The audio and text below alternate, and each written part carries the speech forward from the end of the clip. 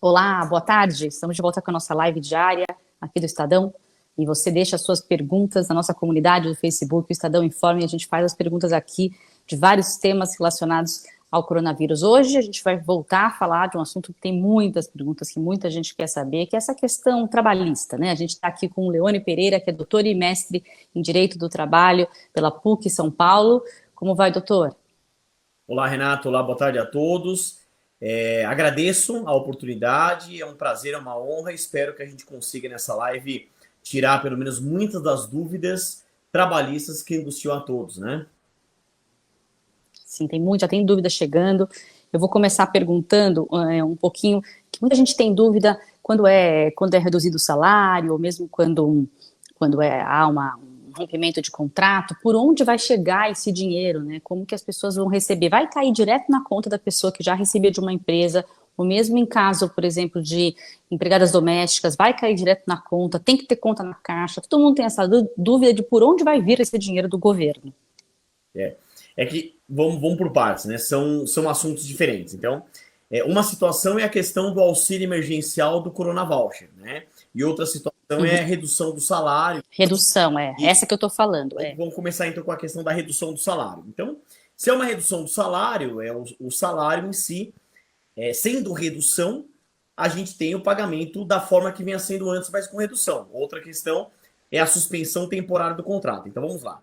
A medida provisória que trouxe essa situação, essas ferramentas, foi a medida provisória 936, que criou o Programa Emergencial de Manutenção do Emprego e da Renda, né? E ela trouxe essas duas grandes possibilidades. A primeira, de reduzir proporcionalmente a jornada e o salário, inclusive hoje o Supremo está julgando, está passando por isso, e outro ponto é a suspensão temporária do contrato de trabalho.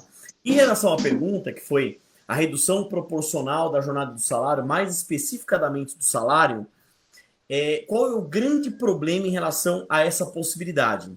A própria medida provisória, a depender da faixa salarial, e aí deixa eu tentar explicar.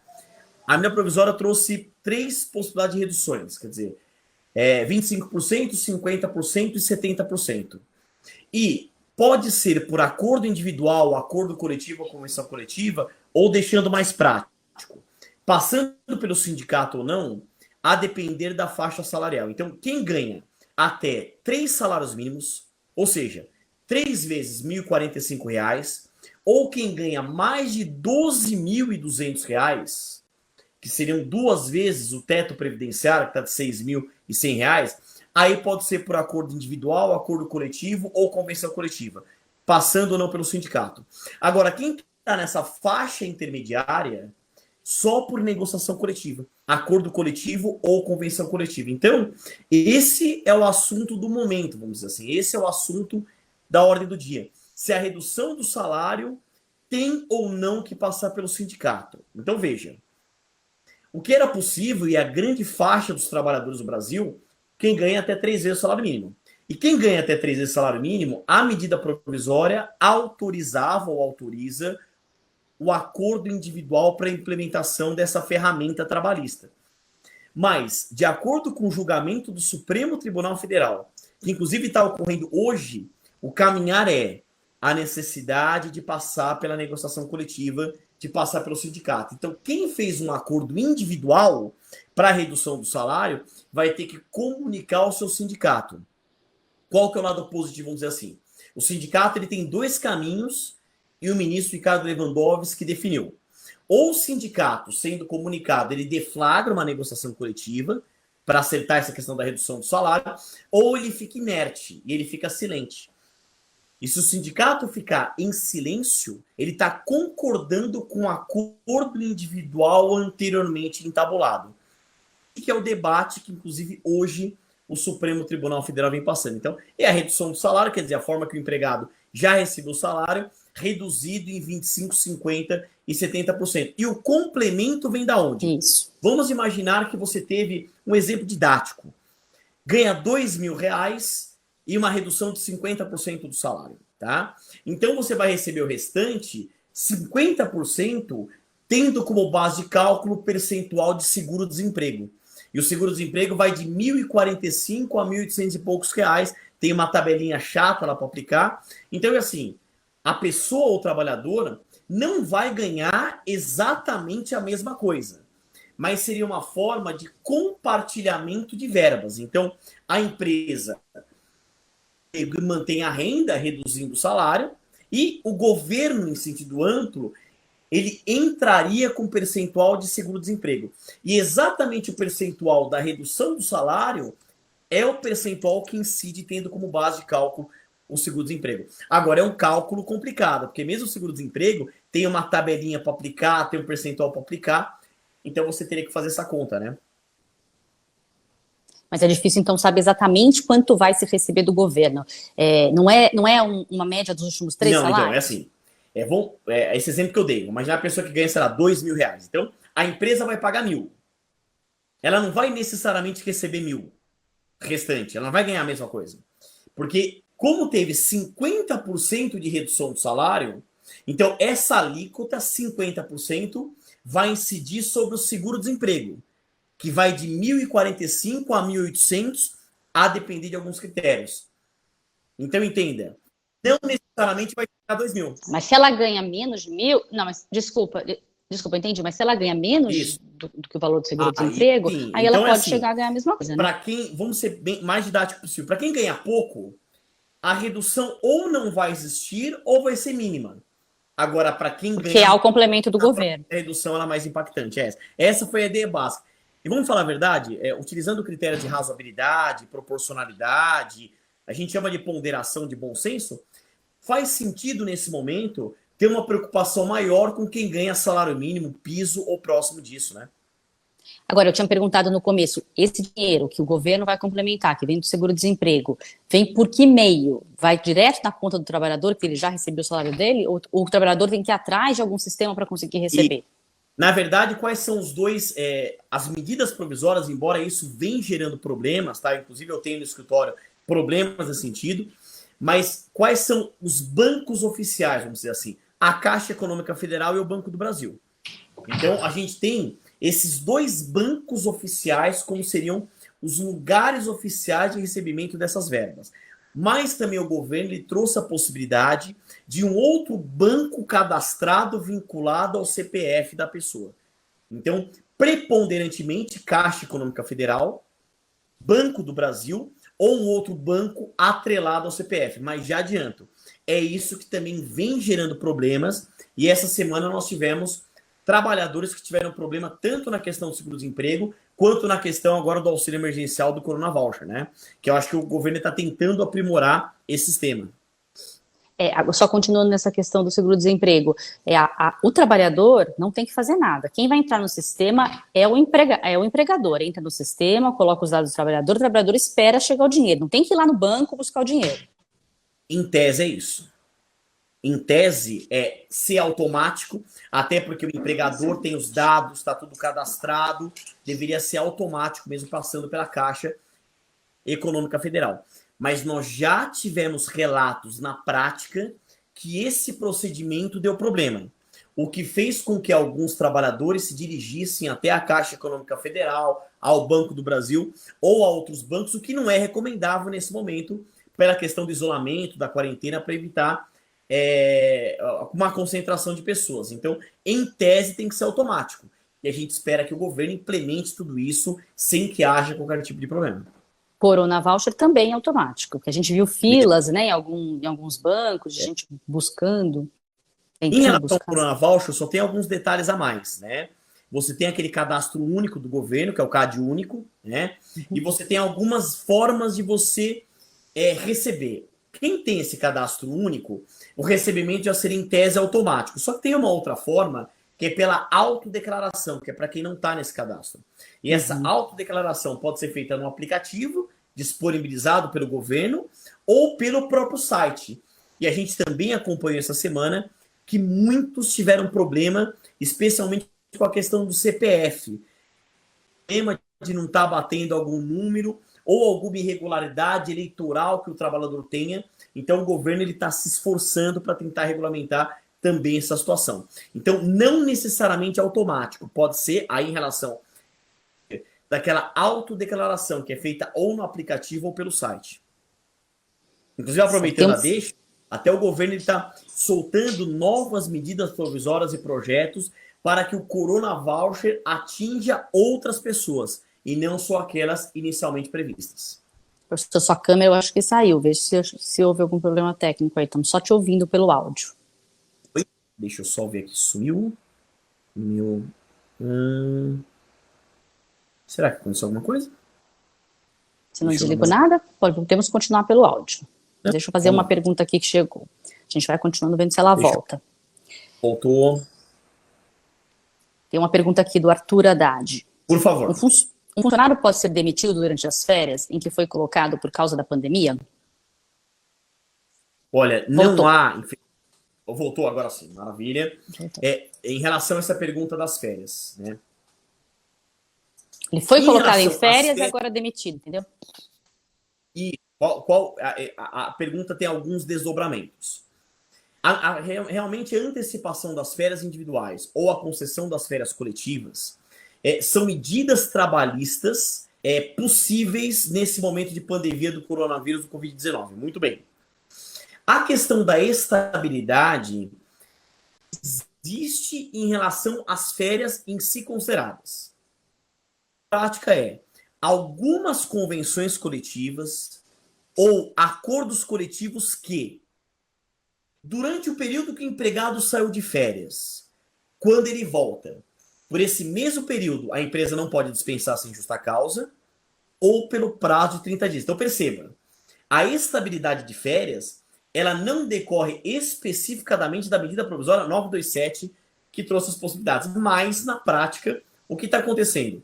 Muitas empresas já optaram pela antecipação das férias individuais ou pela concessão das férias coletivas e esses trabalhadores estão retornando e a convenção coletiva ou o acordo coletivo traz essa estabilidade que eu disse, ou por 30 dias ou pelo período que a pessoa usou férias. Então, o trabalhador, em tese, ele teria que se informar com o seu sindicato, ele ter acesso a esse conhecimento, se a sua convenção coletiva ou o seu acordo coletivo traz essa previsão. Então, é algo que envolve o seu sindicato se negociar. Algo anterior, né? Negociação. Tá. Exatamente. Tinha até uma outra pergunta de férias que chegou junto, que é da Luane Alves Botega. Ela fala quantas férias seguidas o empregador pode dar nesse Perfeito. momento. Essa é uma pergunta boa, porque representou uma grande inovação da medida provisória 927. Algo que não era possível. Então, o que nós tivemos como duas grandes inovações? Uma primeira, a possibilidade de antecipar férias individuais, ainda que o trabalhador tenha incompleto período aquisitivo. O que é isso? Para que o trabalhador tenha direito às férias, ele precisa trabalhar 12 meses. A gente chama isso de período aquisitivo. E os próximos 12 meses a gente chama de período concessivo, que é o período que o empregador vai conceder as férias. Agora, com a medida provisória, é possível antecipar férias, ainda que o trabalhador não tenha completo o seu período aquisitivo. E mais, a medida provisória prevê, o que a gente não tinha essa previsão no nosso direito de trabalho brasileiro, é negociar férias futuras. Não só desse momento, mas também férias futuras. Essa possibilidade ela não existia antes da medida provisória. E mais, trouxe um estímulo ao empresário, empregador, para fazer isso, por quê? Antes, quando o empresário, empregador, concedia férias, deveria fazer o pagamento até 2 dias antes do gozo. Agora não. Agora pode fazer o pagamento até o 5º dia útil do mês subsequente e aquele 1/3 a mais, que a gente chama de terço condicional, pode pagar até a segunda parcela do 13º, que é a gratificação natalina, que é o dia 20 de dezembro. Quer dizer, que é uma forma de você diferir o pagamento para incentivar a antecipação das férias individuais e a concessão das férias coletivas. Entendi. Tem mais uma pergunta aqui do Luiz Ravazolo.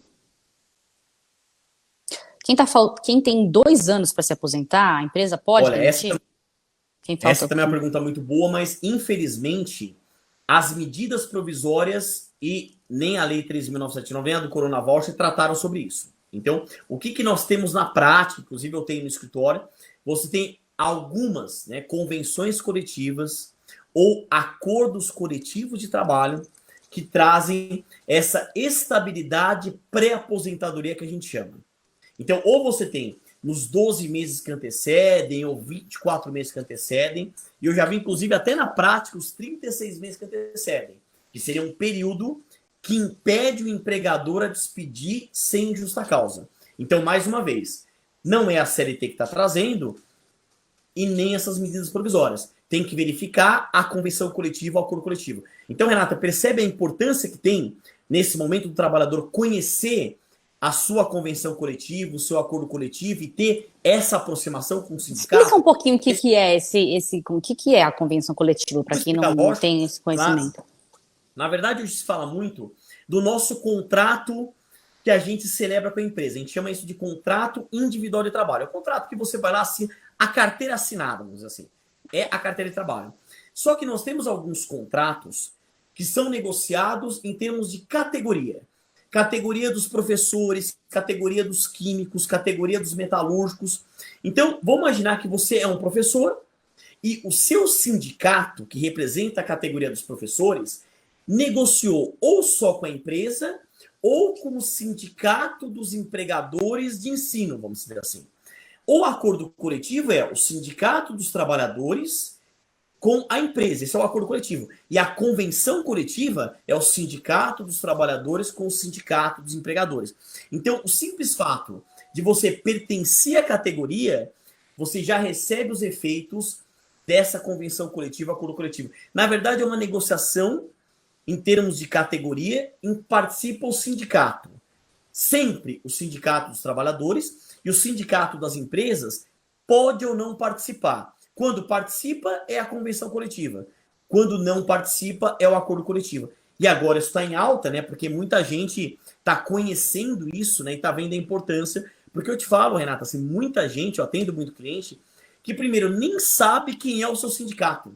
Se tem o sindicato, nunca foi. E muita gente nem sabe se tem essa convenção coletiva ou acordo coletivo. É uma pena, porque o próprio sindicato deveria informar os trabalhadores e ser mais próximo. Então o trabalhador agora precisa verificar se tem o sindicato, aonde que ele está, se tem essa negociação coletiva que a gente chama. Não sei se eu fui claro, didático na resposta. Sim, sim.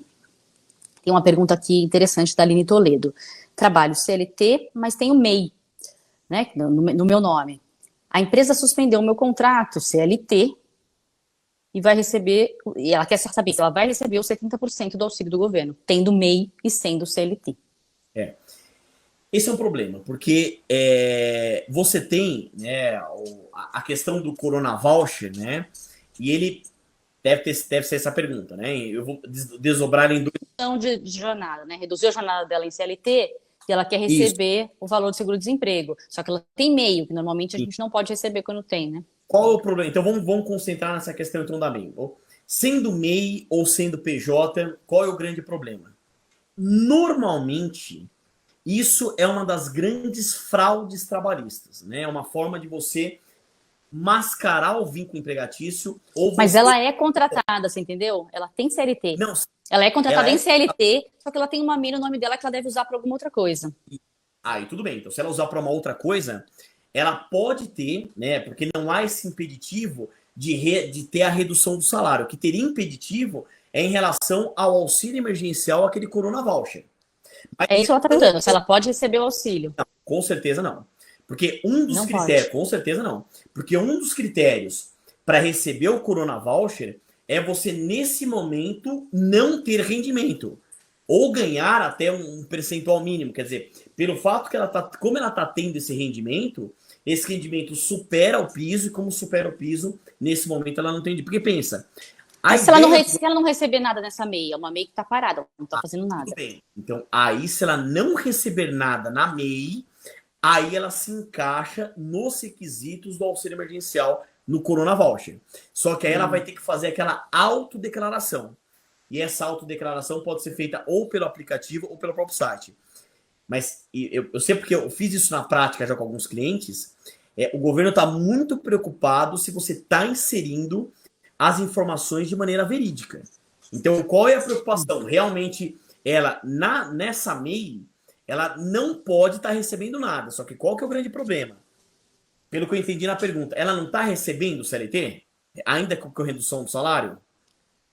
Tá. Então, se ela está recebendo ainda que com redução do salário. Mas acima do piso, acima do que o governo determina, ela automaticamente tem direito. A ideia do auxílio emergencial não é complementar renda.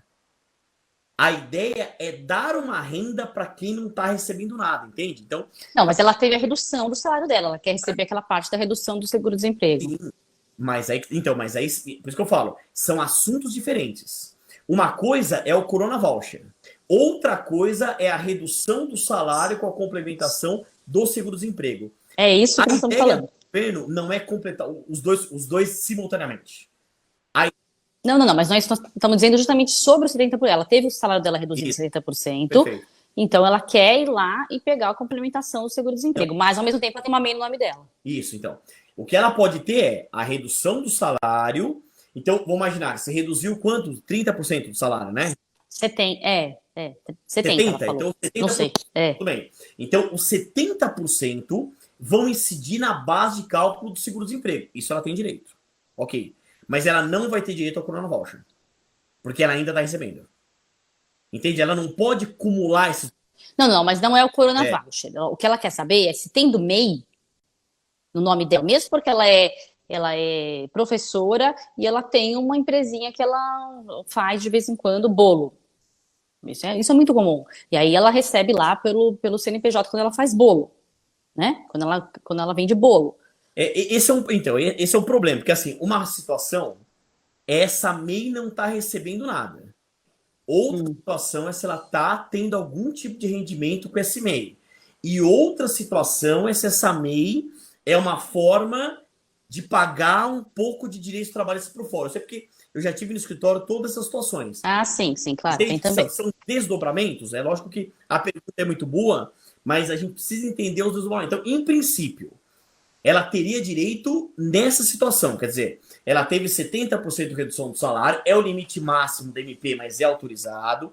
Então, 70% vai incidir sobre a base de cálculo do seguro-desemprego, ok, mas o ideal seria que essa MEI não estivesse tendo nenhum tipo de rendimento. Aí, ok, é algo lícito, é algo que não vai gerar problemas.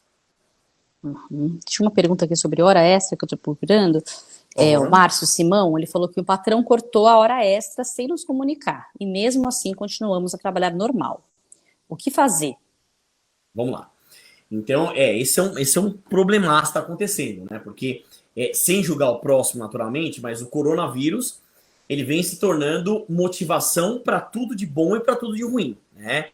Então, é lógico que agora, e a gente tem relato, tem caso que eu também nesse sentido, empregado fazia hora extra, em tese, se eu entendi a pergunta, a empresa cortou a hora extra, até aí ela pode fazer, porque não há direito adquirido ou qualquer direito a se fazer hora extra. Se a hora extra for prestada, ela tem que ser paga com adicional de no mínimo 50%, desde que não haja compensação. Tudo bem. Agora, o que a gente tem relato é, entre aspas, cortou hora extra, mas trabalhando home office, por exemplo, continua trabalhando 10, 12, 14 horas por dia. Aí tem uma outra discussão. Porque uma das medidas provisórias, que é a 927, ao regulamentar o teletrabalho, o trabalho remoto, disse que esses teletrabalhadores são empregados excluídos do controle da jornada. Ou seja, em tese, eles não teriam direito à hora extra, à proteção do trabalho noturno, à hora de almoço. O que eu venho recomendando como advogado? Juntar todo tipo de prova que havia sim controle de jornada. Horário para terminar, login, logoff. Porque fatalmente isso vai gerar no futuro o ajuizamento de uma ação trabalhista cobrando hora extra de respeito a intervalos. Porque veja, a partir do momento que eu estou trabalhando em casa, eu teletrabalho. Mas tem horário para começar, horário para terminar, tem esse controle de jornada que a gente chama, a empresa tem que respeitar e 44 horas semanais. Se isso for ultrapassado, ela tem que ser paga como hora extra e refletido em férias e 13º. Isso pode ensejar uma discussão judicial. Renato, posso adiantar. Nós já estamos prevendo uma pandemia da justiça do trabalho. Assim, a Processo Trabalho já está preocupada com as milhares de ações que serão ajuizadas quando tudo isso voltar. Tanto que o nosso TRT aqui de São Paulo já deu uma determinação que parece que semana que vem ou na outra, já os julgamentos já voltarão, ainda que por videoconferência, para tentar dar vazão já a quantidade de ações que já foram ajuizadas, isso e mesmo as novas que virão. Imagino. Olha, tem a Ládia Alencar, ela pergunta: se a pessoa é dispensada do trabalho, o patrão pode descontar os dias que ficamos em casa? Acho que provavelmente ela não estava trabalhando em casa. Essa é uma pergunta muito boa. E aí, o que nós temos, né? Nós temos inicialmente a primeira lei que saiu sobre os reflexos dos trabalhos do coronavírus, foi a Lei 13.979 de setembro de 2020. E ela trouxe um dispositivo lá dizendo o seguinte, que as faltas decorrentes do coronavírus, dessa pandemia, seriam faltas justificadas. Então, em princípio, a gente chama isso de interrupção do contrato de trabalho, ou seja, teria que pagar salário, computar o período e depositar o fundo de garantia. Portanto, em princípio, o fato da empresa ter colocado o trabalhador em licença não remunerada, isso é uma fraude. Não há previsão. O que a medida provisória 936 que eu falei autorizou foi a suspensão temporária do contrato nos moldes daquela medida provisória. Agora, muita empresa simplesmente fez o que lá no começo? Olha, todo mundo fica em casa, não vou pagar salário, não vou depositar fundo de garantia. Em princípio, nós temos irregularidade aí, o que vai necessitar o ajuizamento de uma ação cobrando esses dias. Porque realmente, no primeiro momento, é a empresa que teve que arcar com isso. Renata, um grande princípio da área trabalhista, que a gente chama de princípio da alteridade, quer dizer, é o empregador que assume os riscos da atividade econômica. Quer dizer, se deu lucro ou deu prejuízo, em princípio, é a empresa que arca com as consequências. Temos uma pergunta aqui da Selma Veloso com relação à empregada doméstica. Ele diz que uma empregada doméstica já recebeu férias e está terminando a licença médica do INSS por uma cirurgia. O patrão é de altíssimo risco e não quer aceitar o seu retorno por própria segurança. Qual a melhor opção nesse caso, exceto demissão? Já pergunto também como é que está funcionando o sistema das domésticas. Está funcionando bem também? Dá para fazer a redução do salário ou interromper o contrato? Olha, também essa é uma dúvida muito comum. E o que a gente tem que falar? Felizmente / infelizmente. Nem as leis, medidas provisórias, trouxeram regras específicas em relação aos empregados domésticos. Não. A única coisa que elas disseram as regras que foram criadas de maneira geral também são aplicáveis aos empregados domésticos. Então, tudo aquilo que a gente está conversando é possível a aplicação aos empregados domésticos. É lógico, tendo em vista as peculiaridades dos serviços domésticos, problema, né? Nós temos o problema do perigo do contágio, quem trabalha dentro de casa. Nessa pergunta em específica, a partir do momento que o empregador doméstico já antecipou férias individuais, tanto de licença, e veja, pelo que eu entendi, é uma doença não relacionada ao trabalho, e não haveria estabilidade. Então, quais são as recomendações práticas, né? O que eu fiz com a minha e o que muita gente está fazendo num primeiro momento. Licença remunerada, quer dizer, deixa em casa e continua pagando salário e demais direitos trabalhistas. Não há, no primeiro momento, a possibilidade da suspensão do contrato por acordo individual, que é o que o Supremo está julgando. Para suspender o contrato, teria que, em tese, passar pelo sindicato. Qual é o grande problema? Não é todo empregado doméstico que tem o seu sindicato no Brasil inteiro, e os que têm que verificar se eles estão atuantes. É uma recomendação que a gente pode até dar de suspender o contrato por acordo individual, mas tem o risco de uma ação trabalhista. A licença remunerada é uma opção, ou o que já aconteceu também, Renata. A gente já teve dispensas sem justa causa de várias, né? Muita gente acabou mandando embora, até pela incerteza. Imagina alguém que tem uma empresa, alguém que tem uma loja, pela incerteza do retorno da economia nos moldes que estavam próximo disso. Então, mas não existe a possibilidade, eu já li alguns especialistas sugerindo que se comunique o sindicato das domésticas de que foi feito, porque lá no sistema do Emprega Brasil, eu sei porque eu já fui lá pessoalmente, tem a área de empregador doméstico, e é possível suspensão, redução do salário nos 3 níveis. E aí eu já vi essa sugestão de mandar uma carta para o sindicato, informando o sindicato de que isso foi feito. Olha, não só uma carta, né, como eu disse, mas hoje a gente está usando, inclusive, eu estou usando no escritório, as ferramentas eletrônicas. E-mail, WhatsApp. Temos vários problemas, é como eu disse. Vamos pensar no Brasil, que tem dimensões continentais. Não é no Brasil inteiro que nós temos sindicato de empregado doméstico. Esse é um ponto. Outro ponto. São Paulo tem, São né? Paulo tem. São Paulo, inclusive, é bem atuante. O de São Paulo é bem atuante. Que você tem o sindicato. Ele está atuando ou não, porque o sindicato sofreu um baque muito grande com o fim da obrigatoriedade da contribuição sindical. Tivemos esse problema também. E outro ponto, quer dizer, comunicando o sindicato, ele vai atuar no sentido de uma negociação coletiva? Percebe, Renata, quantas variantes nós temos? Mandar o comunicado, ok, pode ser por carta, e hoje nem só carta, pode ser por e-mail, pode ser por WhatsApp, alguma ferramenta eletrônica. Só que vai depender de ter o sindicato ou não, e vai depender do sindicato ser atuante ou não. Mas é uma recomendação que pode se dar, sim, informar o seu sindicato. São Paulo é um exemplo muito bom, mas vamos pensar no Brasil, outras localidades. Nós não temos a realidade, infelizmente, que tem em São Paulo sobre esse aspecto. Acabando nosso tempo aqui, mas não para de chegar pergunta. Deixa eu perguntar mais uma coisa. Grávida pode ter seu contrato suspenso? Olha, esse é um problema, né? Não há, infelizmente, não há, na medida provisória 936, que trata disso, nenhuma vedação à empregada gestante. Você não tem nenhuma proibição. Então, a gente deveria observar as regras tradicionais. Só que a gente entra naquele outro debate do acordo individual. E o Supremo está julgando hoje se o acordo individual é possível. Pela tendência, pelo caminhar do julgamento, teria que passar pelo sindicato com esse procedimento que estamos falando. Quer dizer, comunica o sindicato para ter uma negociação coletiva para suspender o contrato. Porque por acordo individual, pelo caminhar do Supremo, seria uma suspensão irregular ou ilícita. E aí depois a pessoa pode entrar na justiça e questionar esse tipo de dispensa. Perfeito. Isso é importante deixar bem claro aqui nessa live. Quer dizer, o que a gente chama no direito, o amplo acesso ao Poder Judiciário está na Constituição.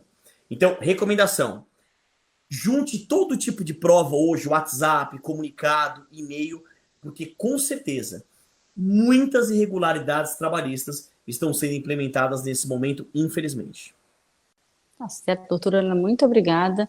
Não temos tempo suficiente para esclarecer todas as dúvidas. Quem mandou aqui as suas perguntas, a gente vai tentar responder de alguma forma no Facebook. Muito obrigada pela sua participação, doutora Leone Pereira.